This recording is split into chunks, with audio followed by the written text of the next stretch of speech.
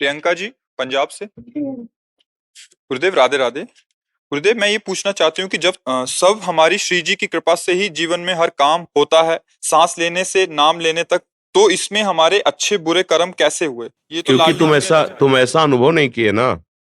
बात तो सुन लिए हो, अनुभव तो किए नहीं, तो अहंकार शेष बचा हुआ है। और अहंकार में ही सारे दोष बास करते हैं।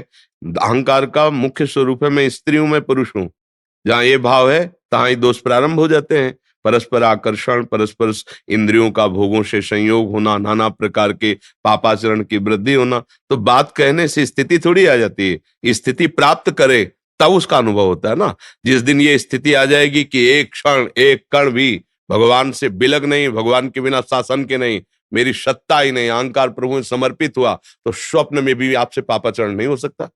आप देखिए, पापाचरण तभी होता, मैं पुरुष हूं तो स्त्री के प्रति आकर्षण, मैं स्त्री हूं तो पुरुष के प्रति आकर्षण, मैं अपनी इंद्रियों के द्वारा सुख भोगूंगा, इसीलिए अधर्माचरण शुरू हो जाता है, मनमानी आचरण शुरू हो जाते हैं। फिर सोचे भगवान की इच्छा से हो रहा है, गलत बात।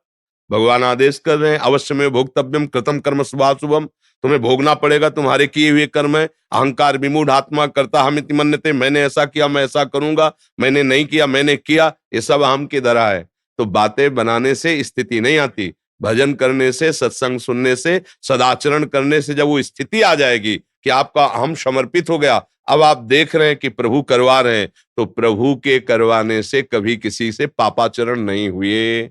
आज तक कोई उदाहरण दीजिए, जो भी हुआ है वो धर्म संज्ञक हुआ है। क्यों?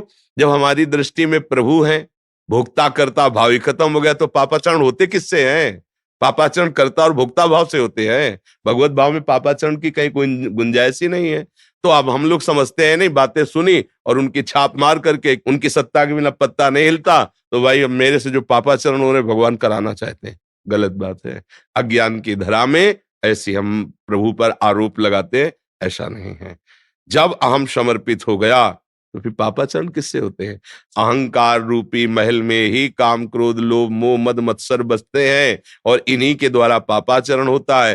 अहंकार विध्वंस हुआ, भगवान की कृपा का अनुभव हुआ कि लाडली जी की कृपा, अब पापाचरण हो ही नहीं सकते हैं। लाख भोग सामग्री सामने रहे, भोगने का मन ही नहीं होगा।